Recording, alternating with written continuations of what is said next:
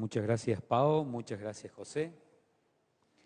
Una hermosa parte musical que nos dibuja a nosotros como hijos del Señor que estamos buscando volver a su hogar.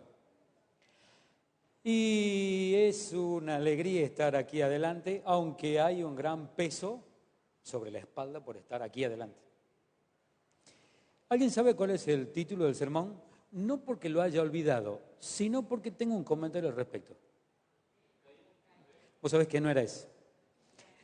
El título era El camino de Caín. Ese era el título original. Pero cuando lo vi dije, no, lo voy a cambiar, lo voy a hacer más personal. Aunque sé que me va a traer problemas, lo voy a hacer más personal. Y si todos han visto el panfletito que viene para promocionar el sermón, se pone la carita del predicador y arriba el título decía Caín o Abel. Y yo que tengo muchos amigos, buenos amigos, no se hicieron esperar las respuestas y los comentarios. Uno solo dijo Caín. Otro que se puso más creativo mandó la imagen desde el Caín una flechita que me señalaba a mí ahí abajo, Caín. Son todos buenos amigos, aunque no se los recomiendo, pero son buenos amigos. El Caín o el Abel es una historia que está en la Biblia al principio y que a pesar que da la impresión que no está demasiado difundida, tiene una importancia vital en la vida de los cristianos de todos los tiempos.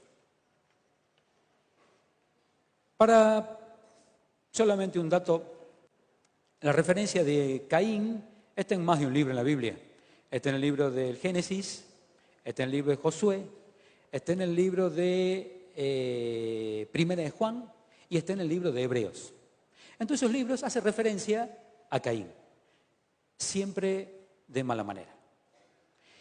Y Caín y Abel están puestos en la Biblia como un ejemplo de todos los seres humanos que han existido y que van a existir a lo largo de toda la historia de la humanidad, que tienen una u otra actitud para con Dios.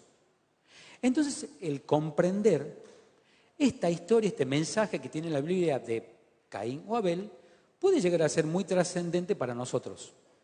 Lo voy a invitar que vayamos a Génesis, capítulo 4, versículo 1. Y vamos a leer la historia de estos dos jóvenes, donde no hay demasiados datos. Y dice que conoció a Adán a su mujer Eva, concibió a Dios a luz a Caín, y dijo, por la voluntad de Jehová he adquirido varón.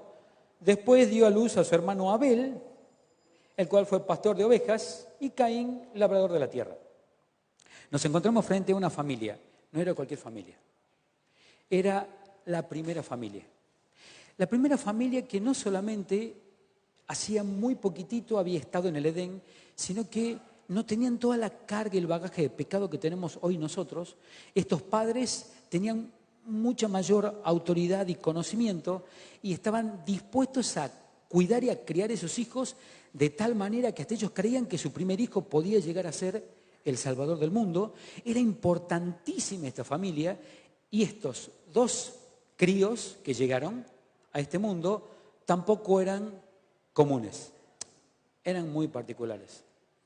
Dios, a pesar que habían pecado, no los había abandonado ni se había apartado de ellos. Elena de White, en el libro Patriarcas y Profetas, el capítulo 5, se los recomiendo, espectacular. Cuando vayan a sus casas, léanlo porque está buenísimo acerca del tema. Dice que el Edén estaba todavía ahí con ellos, que los ángeles hablaban con Adán, con Eva, y con los hijos de la primera pareja. Dios mismo hablaba y estaba en compañía con ellos y les enseñaba. Entonces no eran cualquier matrimonio o familia. Ellos no tenían duda de la existencia real de Dios porque lo vivenciaban. Yo quiero imaginarme, porque esto no está en ningún libro, ellos en la puerta del Edén, una recepción de sábado. Quiero imaginarme a los nenes, tal vez cruzando un par de palabras con los ángeles, esos que cuidaban la puerta, que tenía la espada que se revolvía. No la entiendo, pero quiero imaginarme que tal vez hasta podían pararse cerca de las puertas y ocasionalmente escuchar cantos de alabanza de ángeles adentro del Edén. No sé, se juntan 3 ángeles y de repente los chiquitos cantan con ellos. Los de acá no son ángeles, pero los de allá sí, ¿sí? Tiene que haber sido algo totalmente diferente y muy positivo para la crianza de cualquier niño en ese lugar. La historia continúa y dice que, pasado un tiempo, Caín trajo fruto de la tierra como una ofrenda a Jehová. Y Abel trajo también de los primogénitos de sus ovejas y de la grasa de ellos como ofrenda a Jehová. Y Jehová miró con agrado a Abel y su ofrenda, pero no miró con agrado la ofrenda de Caín. Estos 2 jóvenes que habían crecido, que aparentemente eran iguales, que habían tenido la misma educación de los mismos padres, que habían estado a la misma distancia del huerto del Edén, de Dios y de los ángeles, que habían estado, digamos, en la misma iglesia, la misma religión, porque habían aprendido exactamente lo mismo. Los 2 que hasta ahí eran iguales, por detrás eran muy diferentes. Algo había en el corazón de Caín que no era lo mismo que estaba en el corazón de Abel. ¿Qué había en el corazón de Caín? Había resentimiento hacia Dios porque los había sacado del Edén. Eso dice Elena White en el capítulo 5. Caín pensaba que Dios era injusto, pensaba que Dios era arbitrario. Caín creía que él y el ser humano merecía más libertad. Y si le resultan conocidos esos pensamientos, nos trae a la mente y al recuerdo los mismos pensamientos que lo llevaron a Satanás a pecar en contra de Dios. Y en esta familia que estaba tan cercana a Dios, que tenía la misma religión, que estaban ahí del Edén, que podían escuchar a Dios y a los ángeles, que recibían el sábado ahí, que trabajó Satanás en el corazón del primer hijo para de alguna manera apartarlo de la adoración a Dios. Continuamos leyendo. Y Jehová no miró con agrado a Caín ni a su ofrenda, por lo cual Caín se enojó, versículo 5 al final, en gran manera contra Abel, que le hizo Abel. Y decayó su semblante. Entonces Jehová dijo a Caín: Cuando veo esta situación, destaco la presencia de Dios en todo lugar, ¿no? Omnipresente, y que puede estar viendo el corazón de Abel. Vamos a hablar del corazón de Abel más adelante. Y cuando ve el corazón de Abel, el Señor sonríe y en este acto de mostrar aprobación, pero también puede ver el corazón de Caín. Y cuando ve el corazón de Caín, no solamente ve el rostro de Caín, sino que se preocupa por lo que pasaba en su corazón y se acerca a Caín a hablarle. Entonces le dice, ¿por qué te has enojado y por qué ha decaído tu semblante? Se acerca con un carácter de papá y le dice, ¿por qué tenés esa carita? Se acerca porque está preocupado, porque sabe qué es lo que hay en el corazón de Caín. Porque el Señor puede ver más allá de lo que le está pasando a Caín hoy. Y porque se da cuenta que, dice, si hicieras lo bueno no serías enaltecido, pero si no lo haces, le dice, el pecado está a la puerta acechando y tú no lo dominarás. El Señor podía ver más allá de lo que estaba sucediendo, se daba cuenta de lo que había en el corazón de Caín. Podía ver que había un pecado presente en el futuro de Caín. De alguna manera intentaba ablandarlo, convencerlo, mostrarle su error, pero Caín muy lejos. Y esto es lo que no entiendo. Muy lejos de respetar a Dios, tal vez muy acostumbrado a estar tan cerca, muy acostumbrado a haber dejado que esos sentimientos desagradables crezcan en su corazón, no lo escuchó a Dios. Terminó esa conversación y se fue molesto, aún más enojado, porque él, aunque sabía que Dios tenía razón, no podía su orgullo dejar de pensar que el hombre en realidad no necesitaba ser salvado, que el hombre en realidad lo que necesitaba era evolucionar, que el hombre no necesitaba que haya sangre de por medio, que el hombre por sí mismo podía mejorar y hacer algo para estar a la altura de lo que Dios quiere de él. Él no quería un Jesús, él quería ser él. Y Elena de White nos dice que se acercó a Abel y le dijo a Caín, está mal, hermano, yo te respeto porque sos mi hermano mayor, pero el Señor de verdad nos ama. Y no es injusto. El Señor nos sacó del Edén por nuestro pecado, pero no se olvidó de nosotros, nos ama al punto que este corderito que estamos matando representa a Jesús que va a venir a morir por nosotros. El Señor te ama de verdad, Caín. No podés ponerte mal por esto. Y Caín, aunque no había ido con malas intenciones, aunque Caín no había ido pensando en pegarle al hermano, como sucede desde aquel momento hasta ahora y para siempre, aquellos que hacen el mal no quieren saber nada con la luz, no los quieren a los que hacen el bien. Y se enojó muchísimo. Se enojó muchísimo al punto que, ¿qué nos cuenta la historia? Mató.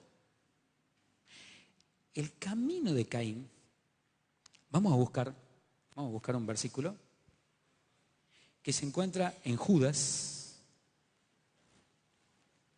Se encuentra en Judas, capítulo 1, versículo 11. Vamos a ver, tengo que llegar con una sola manito. Judas 1:11 dice así: ay de ellos, y con signo de admiración, ay de ellos porque han seguido el camino de Caín. Se lanzaron por lucro en el error de Balaam y perecieron en la contradicción de Coré. Estos son, continúa el versículo siguiente, pero nos está mostrando que en la Biblia el camino que siguió Caín nos lleva a otro lugar que no sea la oposición a Dios y la muerte. ¿Cuándo Caín de repente perdió el control en este camino? ¿Cuándo este camino que va hacia abajo, hacia una ladera donde iba a caer, iba a morir? ¿Cuándo él perdió el control de este camino? Porque no es que nació malo Caín. ¿Dónde comenzó Caín? Y recuerdo una historia. Esta ilustración Es una ilustración que me pasó a mí.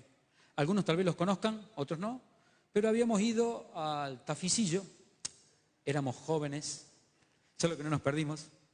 Habíamos ido al Taficillo, éramos jóvenes, inquietos. ¿Y con quién fuimos? Seguramente se van a acordar del Mocho Delfini, ¿sí? No sé quién. ¿Sí? No, Mocho. Por aquí he visto hoy a uno de los chicos que tal vez lo conozcan, lo tengo al gusto y seguramente aquí.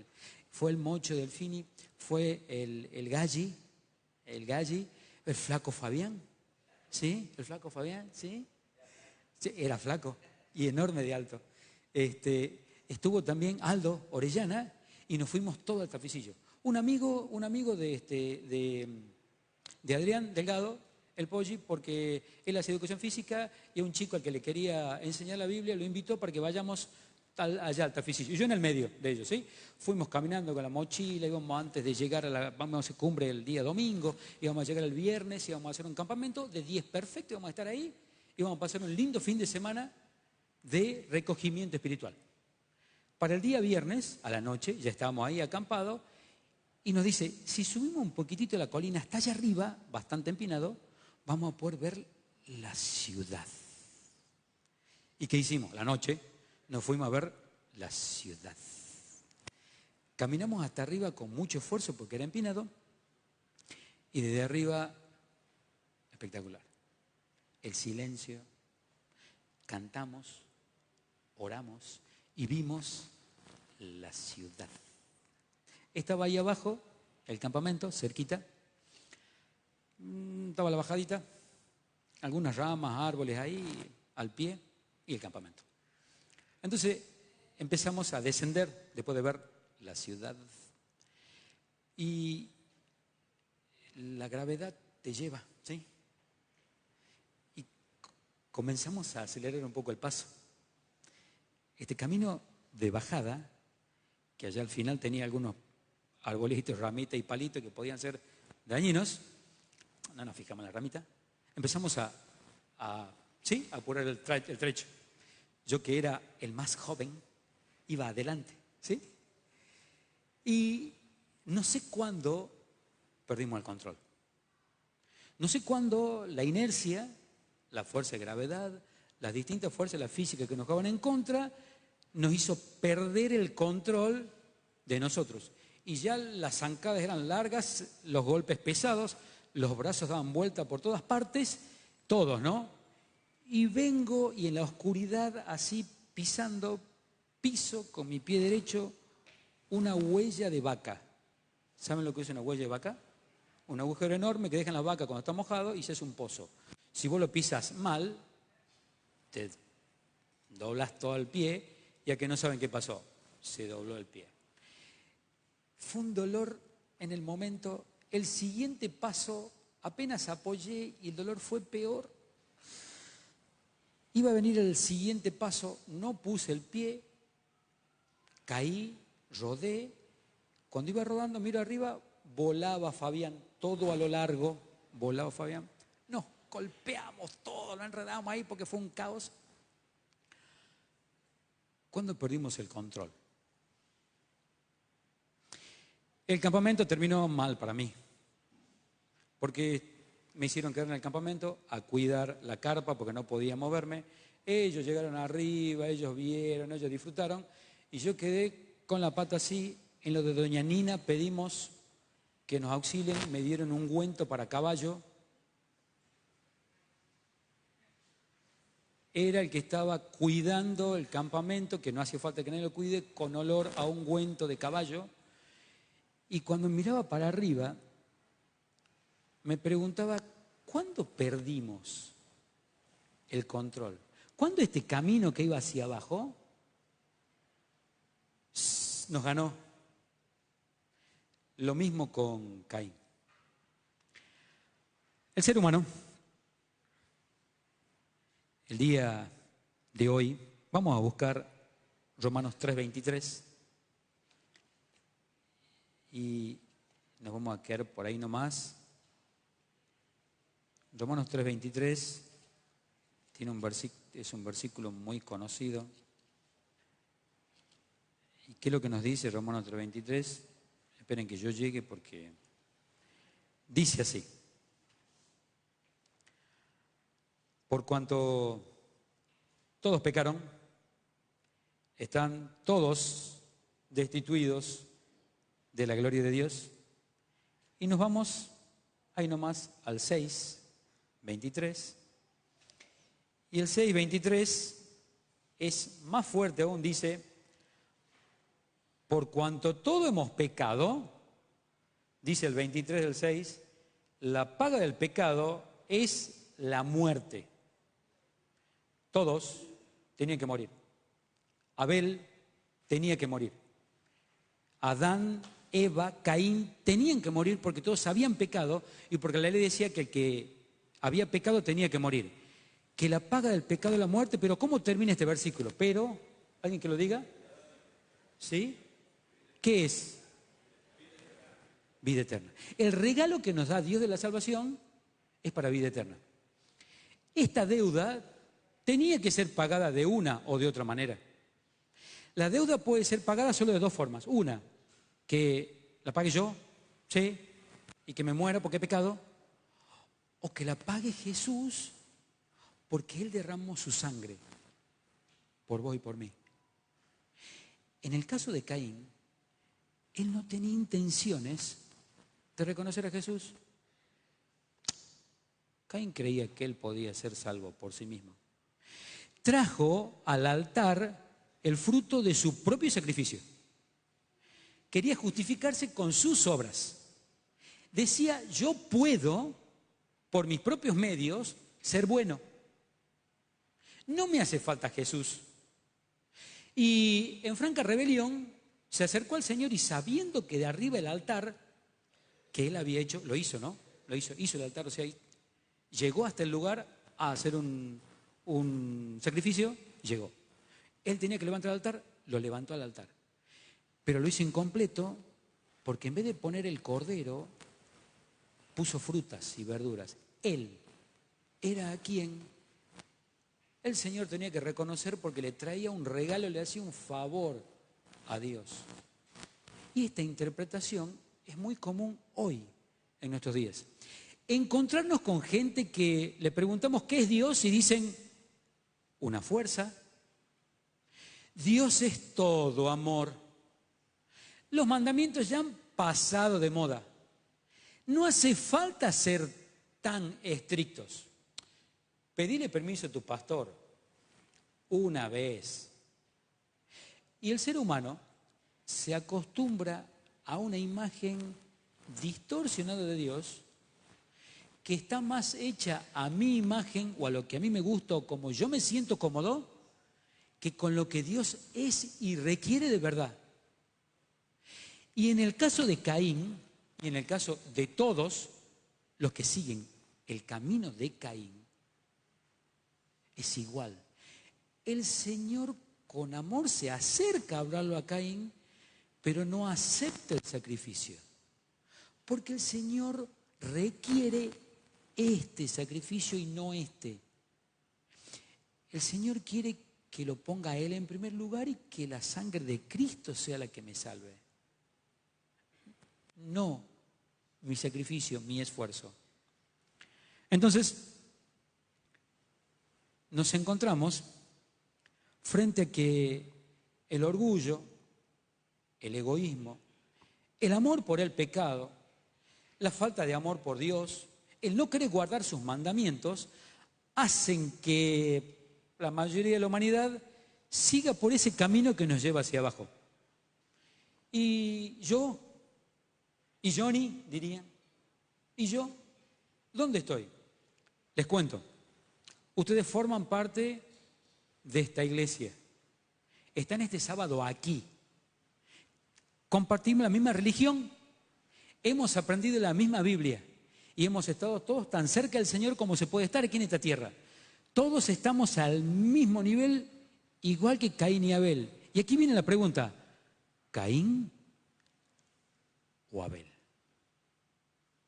A la hora de que tenga que hacer un análisis de mi forma de vivir, de mi forma de entender e interpretar a Dios, de mi forma de valorar cuál es mi participación en esto de la salvación, ¿dónde me encuentro? Si hay una línea, en el medio es 0, 10 como Abel, 0 como Caín, 5 en el medio, ¿dónde me encuentro? 4, 3, 8, 10. Amén, que sea 10. Pero en mi vida particular, ¿qué hace falta para que yo pueda estar del lado del 10? Analicémoslo a ver. Vamos a ver qué es lo que valora Dios de nosotros.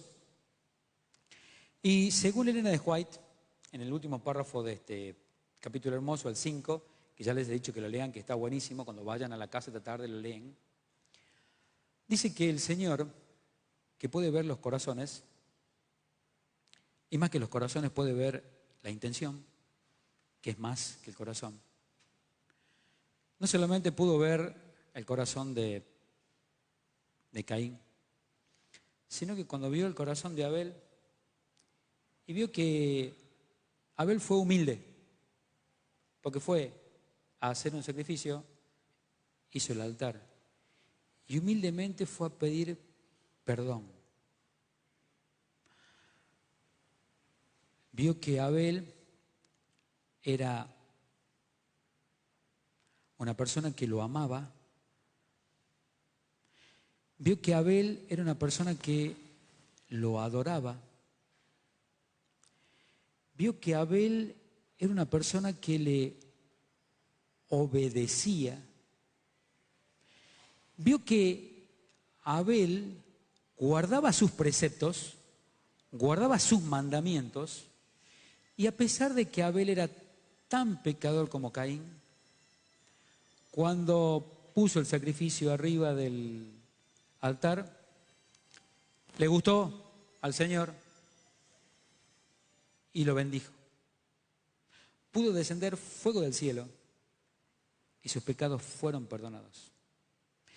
Lo que el Señor valora no es solamente que yo conozca de Él, como los dos lo hacían, sino que lo respete, que lo ame, que guarde sus mandamientos y por sobre todo, como dice Hebreos, que tenga fe en Él. El sacrificio de Jesús en la cruz iba a estar presente en un futuro para Caín y Abel. Para nosotros ya fue. El Señor sigue siendo el mismo ayer, hoy y siempre. Y seguimos siendo sus hijos. Y estamos en este lugar donde estamos para el 10 o para el 0. Y el Señor quiere que yo esté del lado del 10. Y aunque Él se siente a veces triste porque me pongo de este lado, se acerca a mí y con misericordia me habla, esperando que yo tome la decisión correcta acerca de qué camino seguir.